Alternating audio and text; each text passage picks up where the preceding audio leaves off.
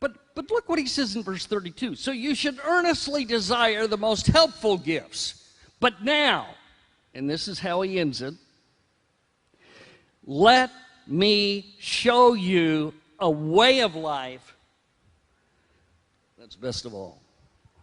That's why I've called this the quest for the best. It is an incredible chapter that helps us to live life to the fullest, to live life with full meaning, to live a life of significance and a life of joy, okay?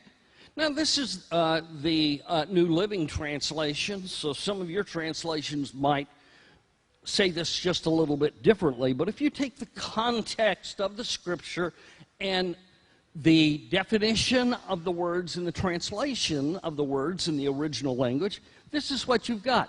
Let me show you a way of life that is best of all. That's how he ends chapter 12. He's talked about all of these gifts. He's saying every Christian has a gift, but not all gifts are for the same purpose, but all gifts are to encourage, admonish, teach the church. And so all of chapter 12 is a lesson in spiritual gifts. But he stops. The last verse in that chapter is, I want to show you a way of life that's best of all. And then begins chapter 13. And that's our chapter that we're having this series on. If I could speak in the tongues and languages of earth and of angels, but didn't love others, I would only be a noisy gong or a clanging cymbal. If I had the gift of prophecy, and if I understood of all God's secret plans and possessed all knowledge, and if I had such faith that I could move mountains but didn't love others, I would be nothing.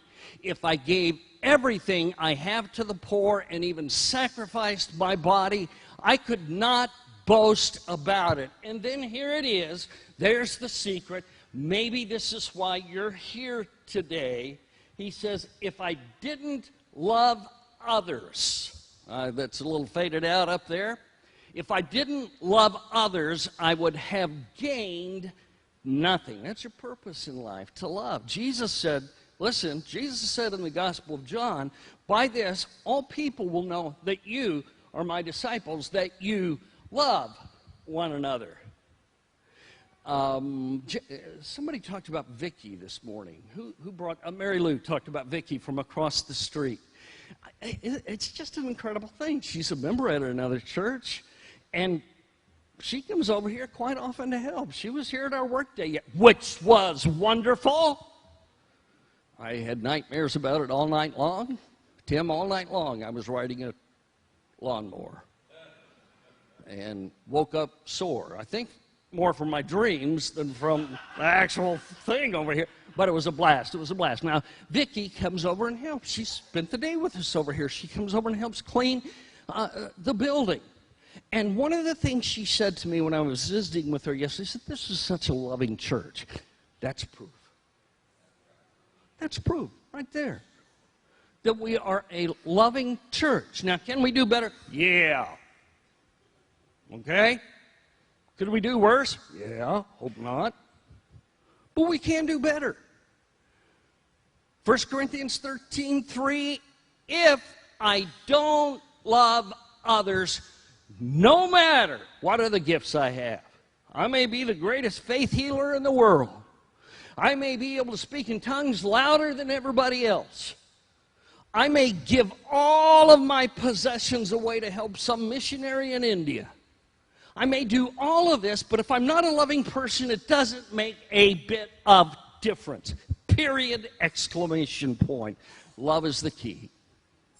I have seen people who speak in tongues who are as mean as a snake. Their tongue speaking doesn't mean that they're Christian. Let me tell you that. The Buddhists speak in tongues. I don't mean Japanese or Chinese. I mean, they speak in spiritual. The Hindus speak in tongues.